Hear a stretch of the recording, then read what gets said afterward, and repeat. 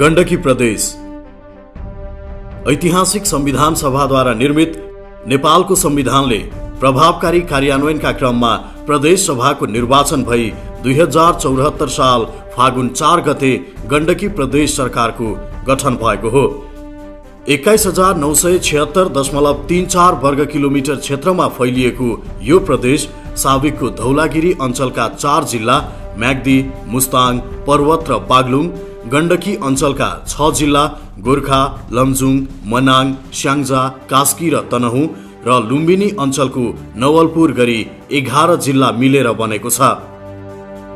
नेपालको कुल क्षेत्रफल मध्ये गण्डकी प्रदेशले 14.93% क्षेत्रफल ओगटेको छ।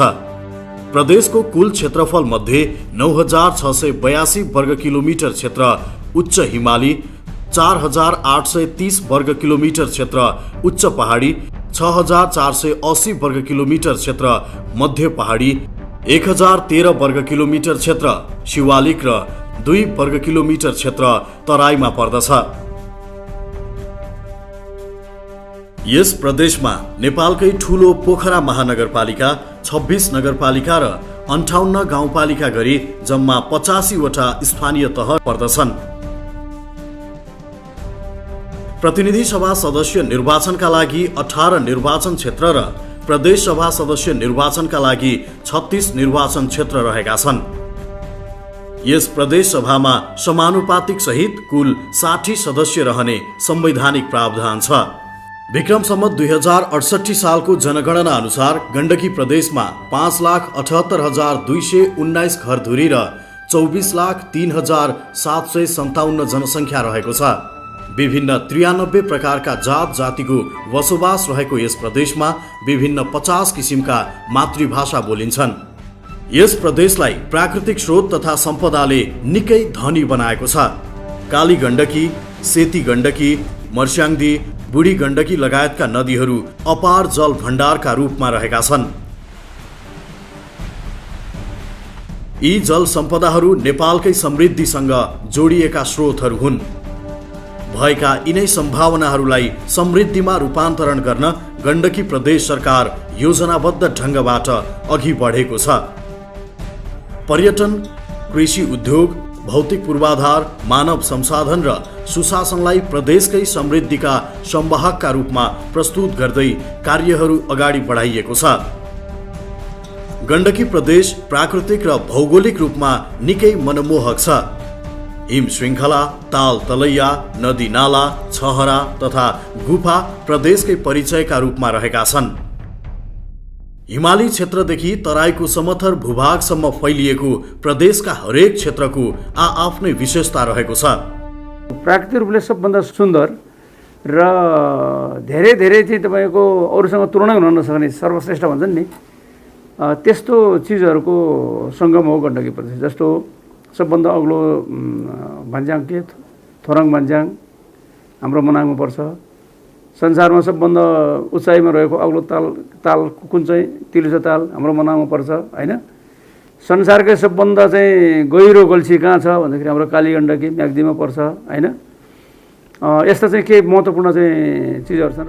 भिन्न कला संस्कृति, वेशभूषा, रीतिरिवाजले यहाँको मौलिकता झल्काएको छ।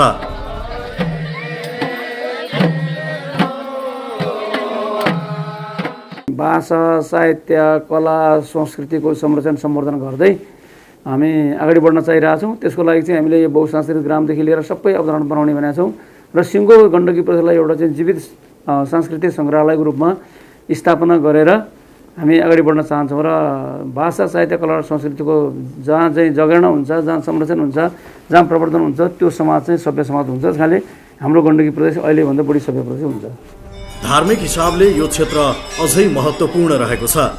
मुस्ताङको मुक्तिनाथ, गोर्खाको मनकामना, तनहुँको देवघाट, कास्कीको विन्ध्यवासिनी, म्याग्दीको गलेश्वर धाम, बागलुङको कालिका भगवती तथा नवलपुरको त्रिवेणी धाम नेपालकै प्रसिद्ध धार्मिक स्थलहरू हुन्। हिन्दू, बौद्ध तथा मुस्लिम समुदायका सांस्कृतिक सम्पदा प्रदेशका मुख्य आकर्षक स्थानहरू हुन्। यस प्रदेशमा ऐतिहासिक तथा पुरातात्विक दरबार, कोट तथा गढीहरू रहेका छन्। गोर्खा दरबार, लिगलिग कोट, लमजुङ दरबार लगायतका कोट तथा गढीहरूले नेपाल एकीकरणको इतिहास बोकेका छन्। हाम्रो गण्डकी प्रदेश भनेको पहिलेको 24 राज्यहरूमा 14वटा चाहिँ राज्यहरू चाहिँ भएको ठाउँ, त्यसलाई संरक्षण गर्यो भने त्यसमा पनि महत्त्वपूर्ण विशेष अरूसँग नभएको चाहिँ चिज हामीसँग भएको। र अब ऐतिहासिक रूपले सबभन्दा महत्त्वपूर्ण अझ के छ भने नेपालको आधुनिक नेपालको निर्माता एकीकरणका अभियन्ता पृथ्वीनारायण शाहको पनि जन्म यही हो। त्यसले पनि हामीलाई चाहिँ विकासमा चाहिँ धेरै चाहिँ के अरे हौसला दिन्छ भन्ने लाग्छ। आदिकवि भानुभक्तको जन्मस्थल, पहिलो चाहिँ नेपालको चाहिँ तपाईँको प्लानर चाहिँ हर्क गुरुङको चाहिँ डाक्टर हर्क गुरुङको जन्मस्थल होइन।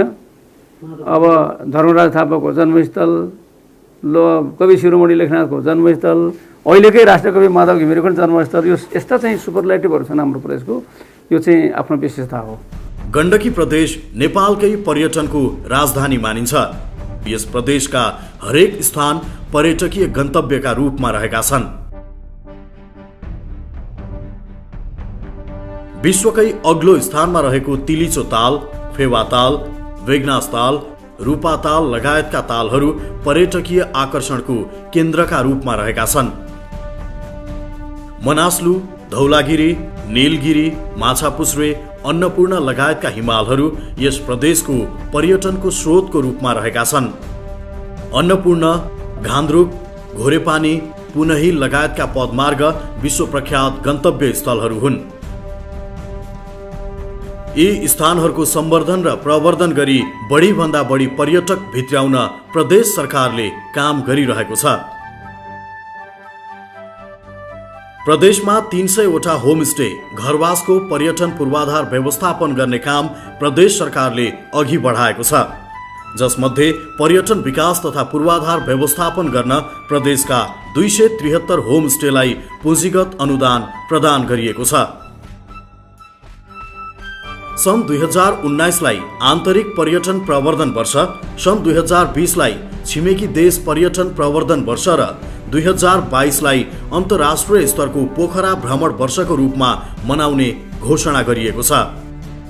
जस अनुरूप सन् 2022 सम्ममा प्रदेशमा आन्तरिक र बाह्य गरी 20 लाख पर्यटक भित्र्याउने लक्ष्य लिइएको छ।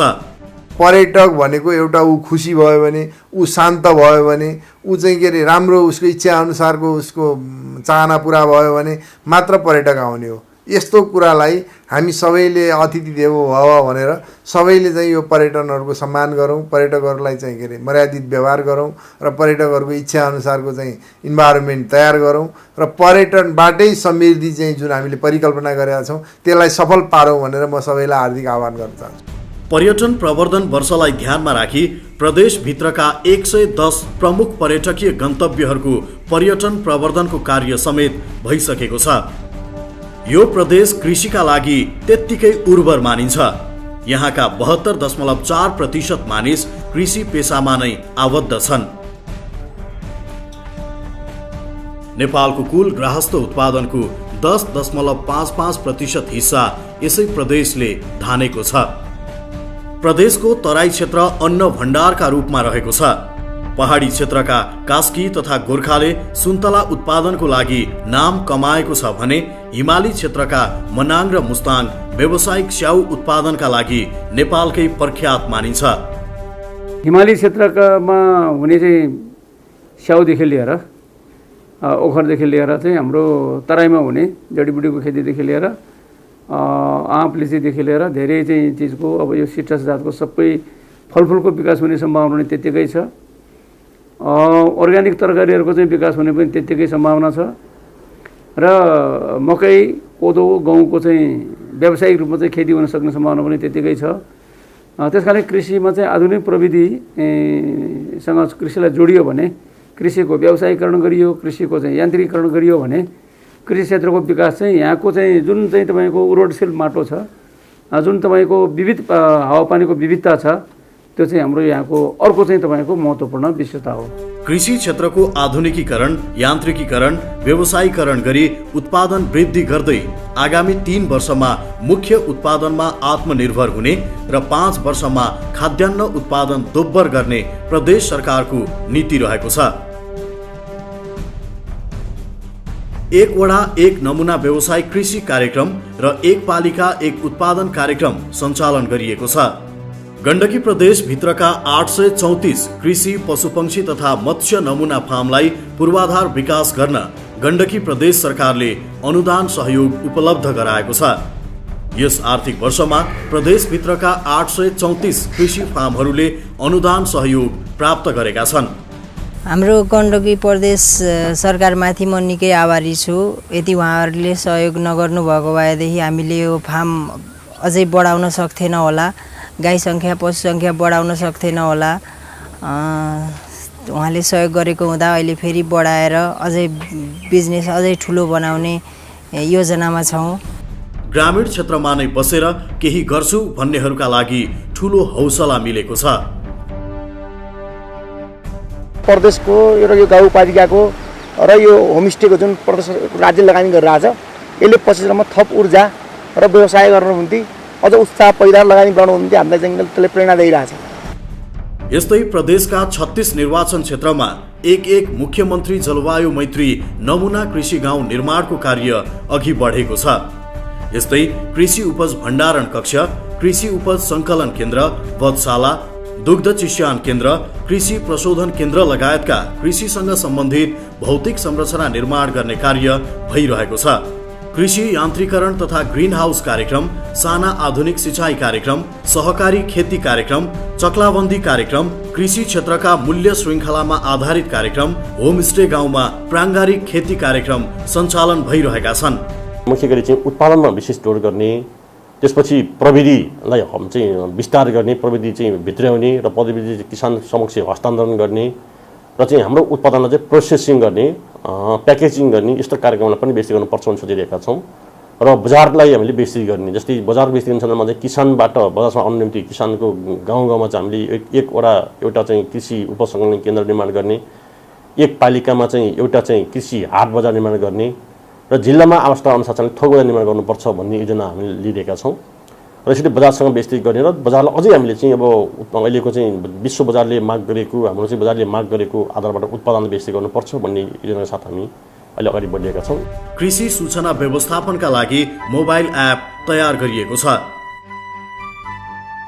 गण्डकी प्रदेशभर 937 किलोमिटर कालोपत्रे, 1358 किलोमिटर ग्राभेल स्तरको र 8526 किलोमिटर धुले सडक गरी कुल 10,821 किलोमिटर सडक रहेको छ।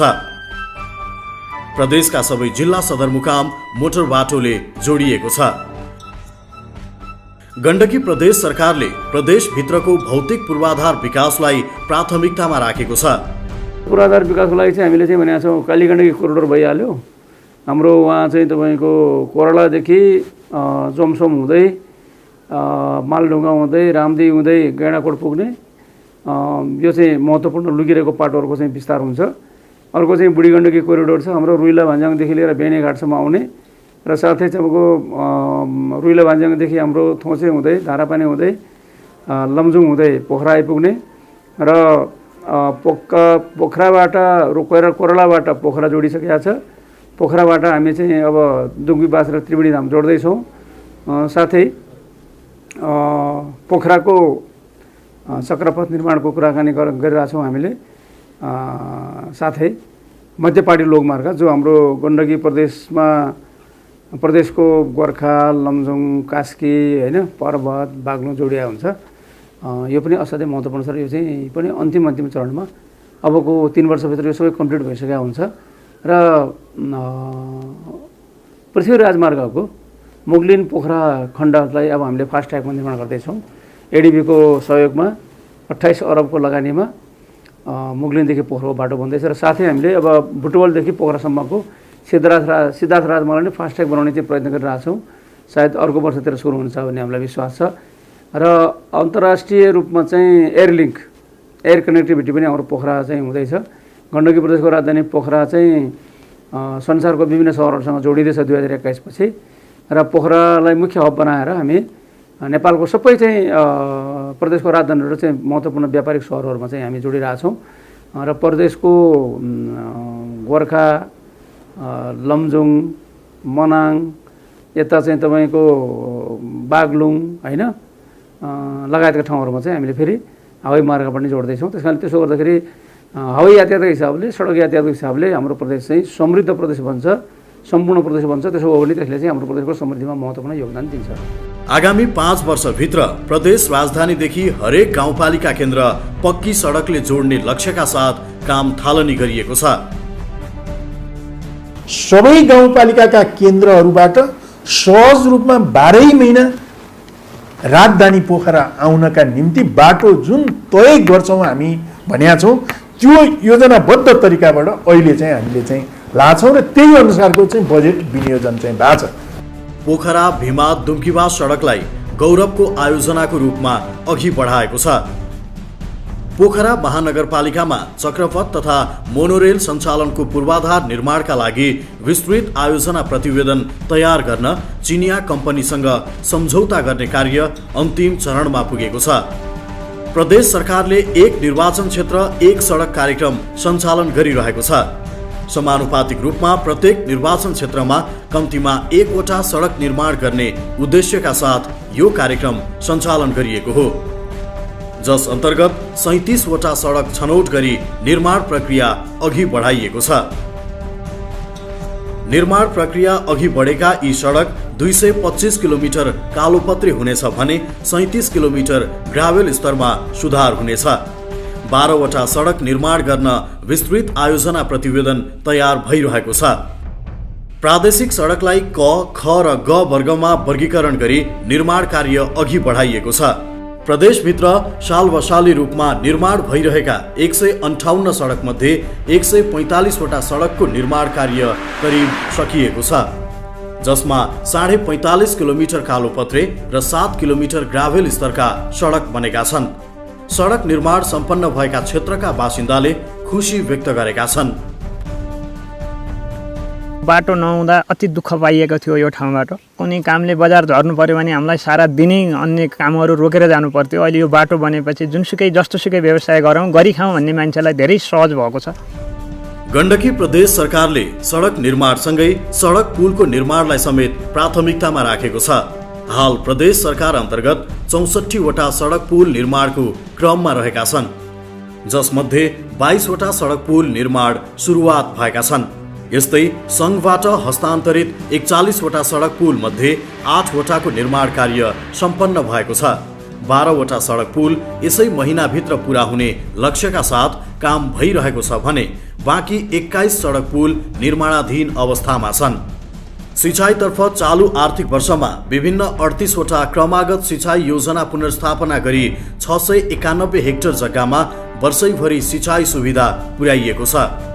अन्य विभिन्न नयाँ सिँचाइ योजनाबाट 66 हेक्टर थप सिंचित क्षेत्र विस्तार गरिएको छ।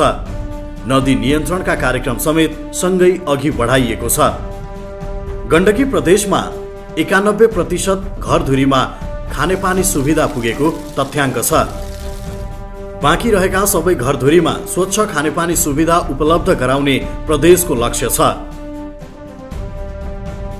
जस अनुरूप एक घर एक धारा कार्यक्रम सञ्चालन गरिएको छ।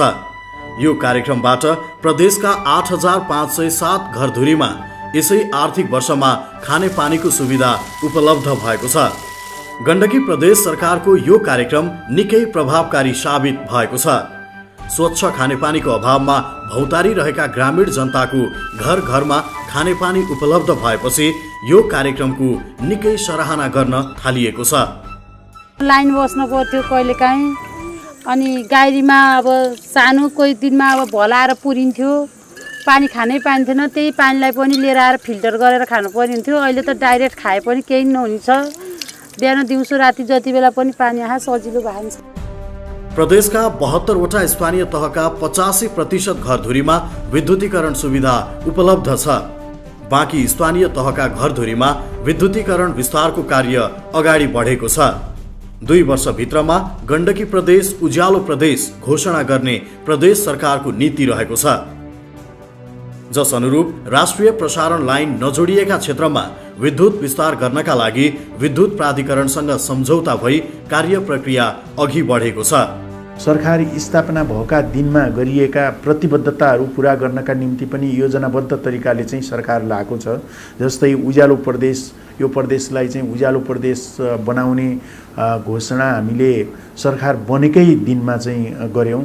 त्यसको चाहिँ अहिले एकदम रफ्तारमा चाहिँ काम भएको छ र हामी 2 वर्षभित्र यो प्रदेशलाई, गण्डकी प्रदेशलाई उज्यालो प्रदेश चाहिँ बनाएर छाड्छौँ भन्ने लागेको छ। नागरिकका गुनासो प्रत्यक्ष रूपमा सुनि सम्बोधन गर्ने उद्देश्यले हेलो मुख्यमन्त्री कक्ष स्थापना गरी जनताको गुनासो प्रत्यक्ष सुनुवाई गर्न थालिएको छ। हेलो हजुर, नमस्ते। को बोल्नुभयो, कहाँबाट? टोल फ्री नम्बर 1094 मा फोन गरी महिनाको 2 पटक आफ्ना गुनासो मुख्यमन्त्रीसँग प्रत्यक्ष राख्न सकिन्छ। इमेल तथा फोन मार्फत हरेक दिन आफ्ना गुनासा टिपाउन पनि सकिन्छ। आएका गुनासाहरूलाई मुख्यमन्त्री तथा मन्त्री परिषदको कार्यालयले समाधान खोज्ने गरेको छ।